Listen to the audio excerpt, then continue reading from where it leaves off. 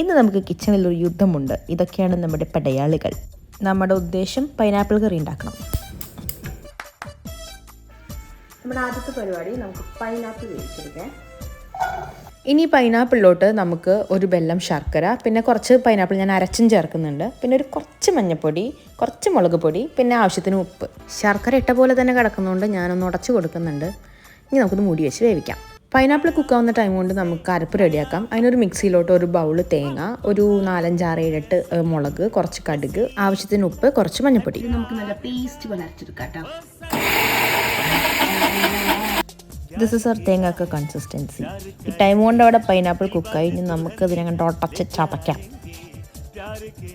എനിക്ക് ഭയങ്കര ഇഷ്ടമുള്ളൊരു കറിയാട്ടോ അത്. കല്യാണത്തിനൊക്കെ പോയി കഴിഞ്ഞാൽ ഞാൻ ഏറ്റവും കൂടുതൽ ചോദിച്ച് വാങ്ങിച്ച് കഴിക്കുന്ന ഒരു കറിയാണ് ഈ പൈനാപ്പിൾ കറി. സംഭവം വെള്ളമൊക്കെ വറ്റിയിട്ടുണ്ട്. എനിക്ക് തോന്നുന്നു നമുക്ക് അരപ്പൊഴിക്കായിരുന്നു. തേങ്ങയുടെ അരപ്പ് ഒഴിച്ച് കൊടുത്തു. കുക്ക് ചെയ്യുമ്പോൾ എനിക്കിങ്ങനെ കൈകൾ വൃത്തിയും ശുദ്ധമുള്ളതാക്കാൻ ഇടയ്ക്ക് ഇഷ്ടമാണ്. ആവശ്യത്തിന് പുളിക്കുള്ള തൈര് ഒഴിച്ച് കൊടുക്കാം. 1 കപ്പ് തൈരാണ് ഞാനെടുത്തത്. അപ്പോൾ കറിയുടെ കളർ ഇങ്ങനെയാവും കേട്ടോ. കടുകും വേപ്പിലയും വറ്റൽമുളകും എല്ലാം കൂടെ കറി ഒന്ന് താളിച്ച് ഈ മുന്തിരിയും കൂടി ഇട്ട വാവ്. അങ്ങനെ നമ്മുടെ ടേസ്റ്റി പൈനാപ്പിൾ കറി ഇവിടെ റെഡിയാണ്. നല്ല തേങ്ങ അരച്ചത് വയറുവെള്ളം വരുന്നത് തൈരിട്ടൊക്കെ നല്ല സ്മെല്ല് വരുന്നത്. ടേസ്റ്റ് ചെയ്ത് നോക്കാം കേട്ടോ. കേരളത്തിലല്ല, വീട്ടമ്മമാർ പൊതുവെ കയ്യിലാണ് ടേസ്റ്റ്. അപ്പോഴാണ് അതിൻ്റെ രുചി അറിയുന്നത്.